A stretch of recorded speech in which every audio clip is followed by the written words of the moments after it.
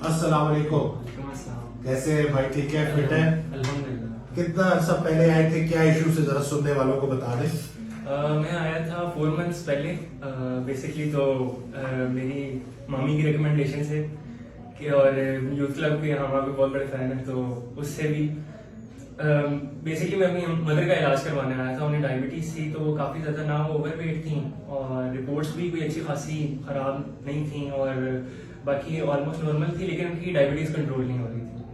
तो मेरा disc bulging का इशू था। तो जब डॉक्टर साहब ने उनसे पूछा कि आप क्यों मैनेज नहीं हो रही, तो उस पर जब उन्होंने बताया कि मेरा डिस्क का इशू है, मेरी वजह से परेशानी, क्योंकि मैं एक अकलौता बेटा हूँ उनका। ये इकलौते बेटे ना पेरेंट्स के लिए, तो बस कोई नहीं, मैं भी इकलौता हूँ। जी बिस्मिल्लाह। तो बस ये था, तो इस वजह से मैं फिर मामा ने बताया, तो अल्हम्दुलिल्लाह 4 मंथ्स पहले मेरा ट्रीटमेंट शुरू हुआ। उसी वक्त ही फौरन ही डॉक्टर साहब ने मुझे डॉक्टर मेहदी साहब के पास भेजा। अल्लाह दोनों को और दे और दोनों जहानों में अता करे। तो 4 मंथ्स में मैं इनके पास आया। उससे पहले हुआ ये था कि मेरा ये डिस्क बल्जिंग का इशू 1 साल से चल रहा था। मैंने MRI करवाई थी और इवन जो डॉक्टर्स थे हॉस्पिटल में गया था, उन्होंने एडमिट भी कर लिया कि ये इससे नहीं चल सकता, क्योंकि मेरा पाँव सो रहा था। कुछ जो सिम्टम्स आ रहे थे, लोअर बैक से पेन ट्रेवल करता था, पाँव में जाता था और नमनेस काफी ज्यादा शदीद हो रही थी।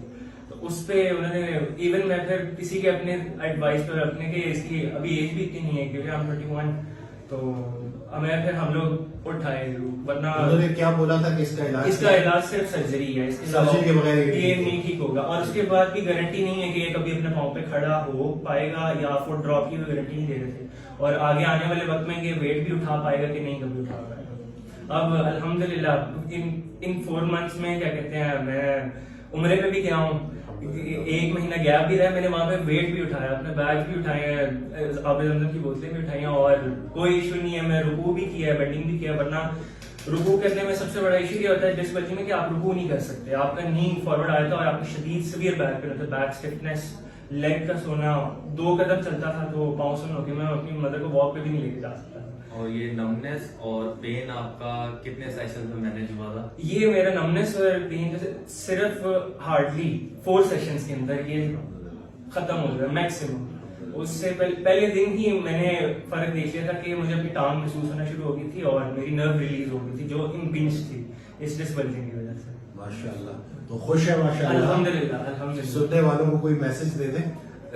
बस यही कि मैसेज यही है सबके लिए कि कभी सर्जरी की तरफ ऑप्ट तब करें कि जब इलाज ना हो, जब इलाज है और सही डॉक्टर्स के पास है। जैसे आप सब फिजियोथेरेपी के बारे में क्या कहते हैं? फिजियोथेरेपी बहुत बेस्ट है। अगर डॉक्टर्स बिल्कुल आपको सही गाइड करने वाले हों तो आप रिकवरी 100% है, जैसे मेरी हुई है। डॉक्टर मेहदी के बारे में डॉक्टर मेहदी के बारे में यही है कि आप इनके पास आए, इन सबके पास आए। ये सबसे बड़ी बात होपलेसनेस नहीं है। कभी आपको इधर आके, एक तो होता है ना वरना डॉक्टर के पास आपको ना उम्मीद करते हैं, मैं इधर आके ना उम्मीद नहीं हुआ, मुझे उल्टा और सपोर्ट मिली और मैंने अपने आप को लिमिट्स पे पुश किया कि अब मजीद मैं बॉडी बिल्डिंग की तरफ जा।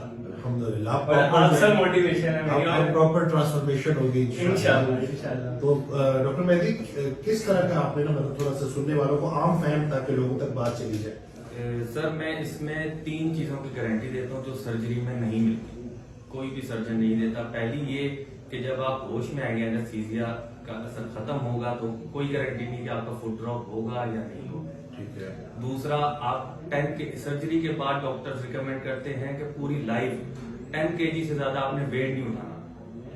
तीसरी गारंटी मैं ये देता हूँ कि इसकी रीअकरेंस नहीं होगी। जो आप कहते हैं कि लाइफ स्टाइल मॉडिफाई करना है, वो इसमें सबसे बेसिक चीज है। लाइफ स्टाइल मॉडिफाई करेंगे। और एक और बहुत जरूरी चीज, लोगों को ये कंप्लेन है कि हम फिजियोथेरेपी कराते हैं, जब तक चल रही होती है हमारा पेन मैनेज रहता है और जब हम छोड़ देते हैं तो दोबारा हो जाता है। मैं इस चीज की गारंटी देता हूँ। क्योंकि हम पेन मैनेज करने के बाद थोड़ा सा टाइम टेकिंग प्रोसेस है हमारा, लेकिन उसके बाद हम स्ट्रेंथ पे काम करते हैं ताकि बैक के जो कर्व्स हैं वो मेंटेन और मसल स्ट्रेंथन हो जाए और वो नर्व दोबारा प्रेस ना हो डिस्क के साथ। तो बेसिक काम है, कोई इतनी रॉकेट साइंस नहीं है। और हम कोशिश करते हैं और अल्लाह रिजल्ट दिखाता है। अल्हम्दुलिल्लाह। वीडियो शेयर करना ना भूलिएगा, बहुत सारे लोग हैं जो इन प्रॉब्लम से गुजर रहे हैं, उनके लिए आसानी हो जाएगी इंशाल्लाह।